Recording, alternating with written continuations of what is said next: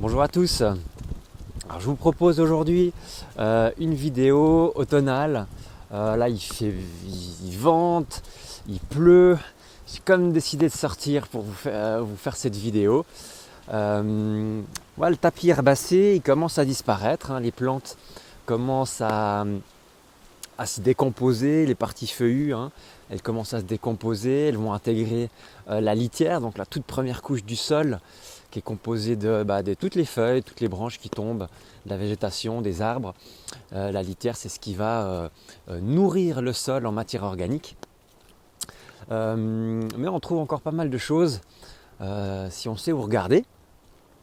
Cette vidéo, je la fais en lien avec le dernier article publié donc, sur l'onguent à la résine.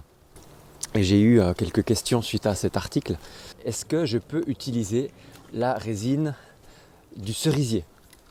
Donc je vais clarifier un petit peu ce que c'est la résine, ce que c'est la sève. La sève, c'est, si on veut, le sang de l'arbre. C'est un liquide qui va permettre à l'arbre de transporter de l'eau, des nutriments, des sels minéraux donc, puisés dans le sol, et les sucres issus de la photosynthèse qui vont passer des feuilles vers toutes les autres parties de la plante ou de l'arbre. Hein, donc c'est pour ce transfert de substances essentielles. Alors que la résine, elle ne va être sécrétée que par certains arbres, les résineux, qui peuvent être des conifères ou non. Donc par exemple, suite à une branche qui se casse, l'arbre, il va pouvoir être infecté par des parasites potentiels, des bactéries, des virus, des champignons. Il va se protéger en sécrétant cette résine qui va venir colmater la blessure. Et ces résines, elles ont des propriétés antibactériennes, antifongiques pour protéger l'arbre. Et donc c'est aussi des propriétés médicinales dont on va pouvoir profiter dans diverses préparations, notamment sous forme d'onguent. Un onguent, c'est tout simplement une huile stabilisée avec de la cire d'abeille.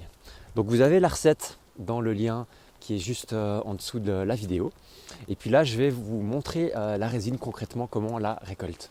Voilà, donc là, on va se diriger vers un arbre qui a été blessé. Hop là, vous voyez, on a de la résine qui coule depuis la blessure et ça dégouline, ça bat partout sur l'arbre. Alors il n'y en a pas toujours autant, mais là il y en a quand même pas mal, hein. Donc voici la fameuse résine. Alors elle peut être, comme ici, encore assez liquide, on appelle ça les larmes, hein, souvent.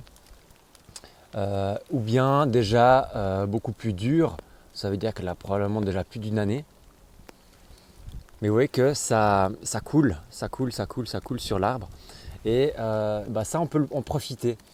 On va éviter de prendre la résine sur la blessure, hein, puisqu'il en a besoin l'arbre. Par contre, tout ce qui coule autour et en dessous, ça, on peut en profiter.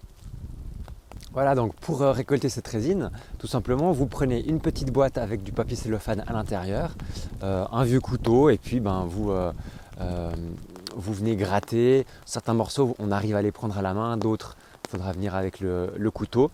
Et puis, vous allez faire fondre, plus ou moins fondre la résine dans l'huile à bain-marie, pour ensuite utiliser cette huile pour faire un autre bain-marie avec la cire d'abeille. Tout ça, c'est expliqué dans l'article.